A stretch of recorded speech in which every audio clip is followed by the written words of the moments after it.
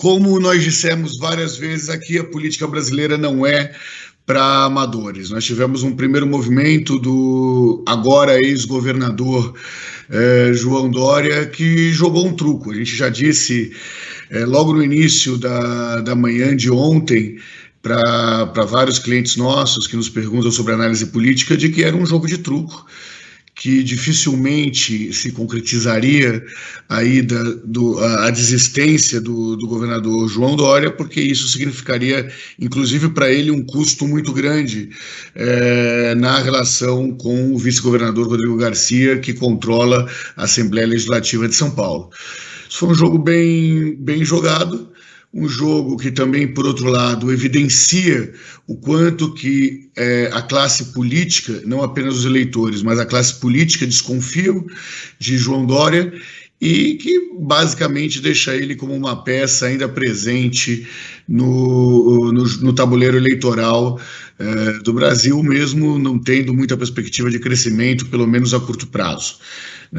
Hoje o Dória tem uma grande rejeição, porque ele consegue ter a rejeição dos eleitores dos dois candidatos líderes, dos eleitores do Bolsonaro e dos eleitores do Lula, uma rejeição que não é diferente da classe política, na medida em que os dirigentes do União Brasil e os dirigentes do MDB só topariam aí a formação de uma federação partidária sem a candidatura do João Dória.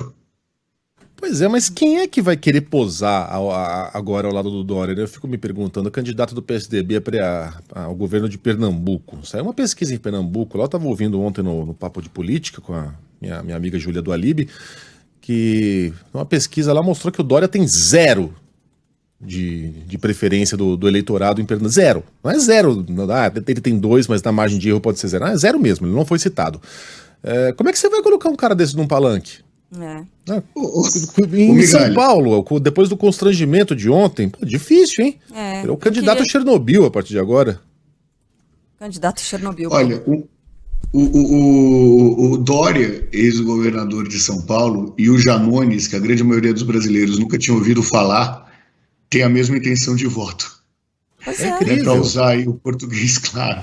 Então dá para ter intenção negativa de voto, porque ontem o Dória ele já era visto como traíra para parte do PSDB, dentro do próprio partido dele. E depois daquela reviravolta de ontem, pegou ainda pior, né? A situação tá pior para ele. Ele pode perder ainda mais eleitores, você acha, Renato? Primeiro eu vou responder a sua pesquisa se dá para ter menos intenção de voto. No caso do Dória, dá, já que a rejeição dele é muito maior do que a intenção de voto, né? Então, se a gente for fazer aí uma conta simples, óbvio que enquanto a porcentagem for centagem, não dá para você ter intenção de voto, mas na prática ele tem uma rejeição infinitamente maior do que a sua intenção de voto. O que deve acontecer aqui em São Paulo, Carlinha, é um movimento que nós já vimos anteriormente, que é o candidato a governador do PSDB trair o candidato a governador, a presidente do mesmo PSDB. Ou seja, o Dória, que abandonou a candidatura Alckmin para garantir a sua eleição ao Palácio dos Bandeirantes, fazendo a chapa Bolsodória, talvez tenha que amargar aí uma chapa Garcia-Dória sendo apresentada no interior de São Paulo, tendo na prática 2 palanques para o presidente da República, o palanque do Tarcísio de Freitas e o palanque do Rodrigo Garcia fazendo campanha aí para o Dória em São Paulo. Vai ser, no mínimo, engraçado se isso acontecer. Ô, Renato, queria te ouvir um pouco também sobre o Sérgio Moro, ex-ministro, ex-juiz, estava no Podemos. Ontem houve o anúncio da mudança dele para o União Brasil, desde que, e essa foi a condição negociada com o partido, ele abrisse mão da candidatura ou da pré-candidatura à presidência da República e migrasse para ser um candidato ou à Câmara ou ao Senado, enfim, pelo menos neste momento, como disse Sérgio Moro na sua nota, né? Vamos ver se isso ainda vai mudar mais para frente e se a gente vai voltar a falar sobre mais uma virada de jogo com o Sérgio Moro eventualmente voltando a se colocar como pré-candidato à presidência da República. Mas o cenário de hoje é que ele não é mais pré-candidato à presidência. Para onde iriam os votos de Sérgio Moro? Mais cedo a gente estava aqui tentando especular, né? Mas fazendo uma leitura da cabeça do eleitor. Para onde seguiriam esses votos? Excelente pergunta, Sheila. O que a gente tem visto é que em pontos percentuais o presidente Bolsonaro deve ganhar aí algo como 1,5 ponto dos votos que hoje estão com o ex-ministro e ex-juiz Sérgio Moro. O que nós estamos querendo dizer com isso? É um voto que se pulveriza. O voto do Moro no primeiro turno tende aí para o Dória e tende aí para o Bolsonaro, sobra quase nada para o Lula e muita gente vai para voto nulo.